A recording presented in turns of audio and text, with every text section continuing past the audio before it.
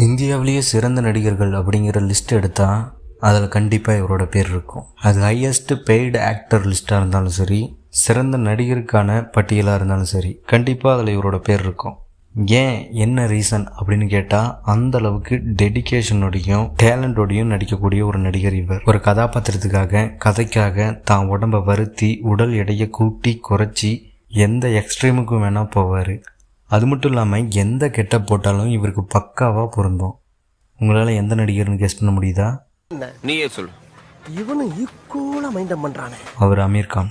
அமீர் கானுக்கு நான் இப்போ கொடுத்த இந்த இன்ட்ரோவை அப்படியே எடுத்து நம்ம சவுத் இந்தியாவில் இருக்கிற இன்னொரு ஆக்டருக்கு கொடுத்தா பர்ஃபெக்டாக செட் ஆகும். அது வேற யாரும் இல்லை, நம்ம சியான் விக்ரம் தான். அமீர் கான் போலவே எந்த கதாபாத்திரம் கொடுத்தாலும் நடிக்கக்கூடிய ஒரு நடிகர், கதாபாத்திரத்துக்கு தகுந்த மாதிரி உடல் எடையை ஏற்றி இறக்கி நடிக்கக்கூடிய ஒரு நடிகர், எந்த கெட்டப் போட்டாலும் செட் ஆகக்கூடிய ஒரு நடிகர் நம்ம சியான் விக்ரம் தான். விக்ரம் எந்த அளவுக்கு கஷ்டப்பட்டு சினி இண்டஸ்ட்ரிக்குள்ளே வந்திருக்காரு அப்படின்னு உங்களுக்கு சில பேருக்கு தெரியும்.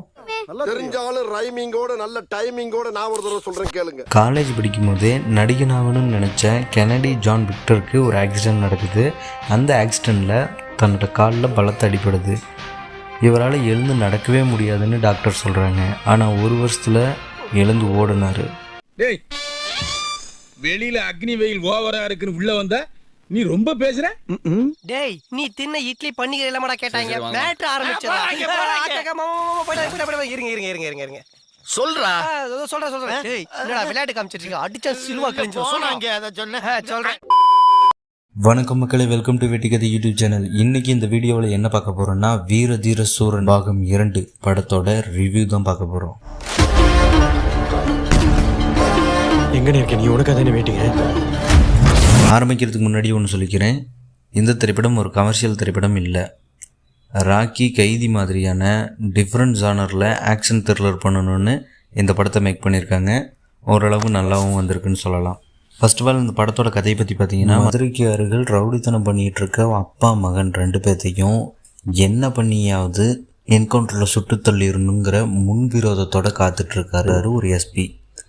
இவங்க 2 பேர்த்துக்கு நடுவில் இருக்கிற மோதலில் இந்த ரவுடி குரூப் தன்னை காப்பாற்றுறதுக்காக காளி அப்படிங்கிறவர்கிட்ட ஹெல்ப் கேட்குறாங்க. இதுக்கப்புறம் என்ன நடக்குது அப்படிங்கிறது தான் இந்த படத்தோட மீதி கதை. இதுவே போதும் ஒரு ப்ராப்பரான கமர்ஷியல் ஆக்ஷன் த்ரில்லர் திரைப்படத்தை எடுக்கிறதுக்கு. ஆனால் இந்த திரைப்படம் முதல் பாதியில் இருந்த வேகம் 2ஆவது பாதியில் இல்லைன்னு சொல்லலாம். படம் முழுக்க படபடப்பாக இருக்க ஒழிஞ்சி பரபரப்பு இல்லைங்கிறது தான் நிதர்சனமான உண்மை. படம் முழுக்க ஆக்ஷனாக இருந்தாலும் ஏதோ ஒன்று கூடுதலாக பண்ணியிருக்கலாம் அப்படிங்கிறது மட்டும் படம் முடிகிற வரைக்கும் நமக்கு தோணிகிட்டே இருக்குது. அண்ட் இந்த படத்தோட மிகப்பெரிய ப்ளஸ் இந்த படத்தோட நடிகர் தேர்வு தான். விக்ரம், சூரஜ், எச்.ஏ. சூர்யா, துஷரா விஜயன்ட்டு எல்லாருமே தனக்கு கொடுத்த கதாபாத்திரங்களை ரொம்ப சிறப்பாக பண்ணியிருக்காங்க. அதன் பிறகு ஜிவி பிரகாஷோட பின்னணி இசை சில இடங்களில் கேட்ட மாதிரியே இருந்த, பல இடங்களில் பிஜிஎம் நல்லாவே ஒர்க் ஆகுது. அடுத்ததாக சொல்லணும்னா படத்தோட சினிமோட்டோகிராஃபி. ஒரே இரவுக்குள்ளே நடக்கிற கதைங்கிறதுனாலையும் பல காட்சிகள் இருட்டுக்குள்ளேயே நடக்குதுங்கிறதுனாலையும் சினிமோட்டோகிராஃபி பல சவால்களை சந்திச்சிருப்பாங்கன்னு நினைக்கிறேன். இருந்தாலும் மேக்கிங் வைஸ் இந்த படம் ரொம்பவே நல்லா இருக்குன்னு சொல்லலாம். அதுபோக 2ஆம் பாதிகளில் நிறைய சிங்கிள் ஷாட் சீன் வச்சுருப்பாங்க. அதெல்லாம் ரொம்பவே பரபரப்பாக இருந்தது. இந்த படம் கமர்ஷியல் ஆடியன்ஸை விட ஆக்ஷன் த்ரில்லர் படங்கள் பார்க்குறவங்களுக்கு ரொம்பவே பிடிக்கும். எது எப்படியோ படத்தோட முதல் 15 நிமிஷத்தை தவற விட்டுறாதீங்க. அதுதான் படத்தோட முழு கதையும் எக்ஸ்பிளைன் பண்ணும்.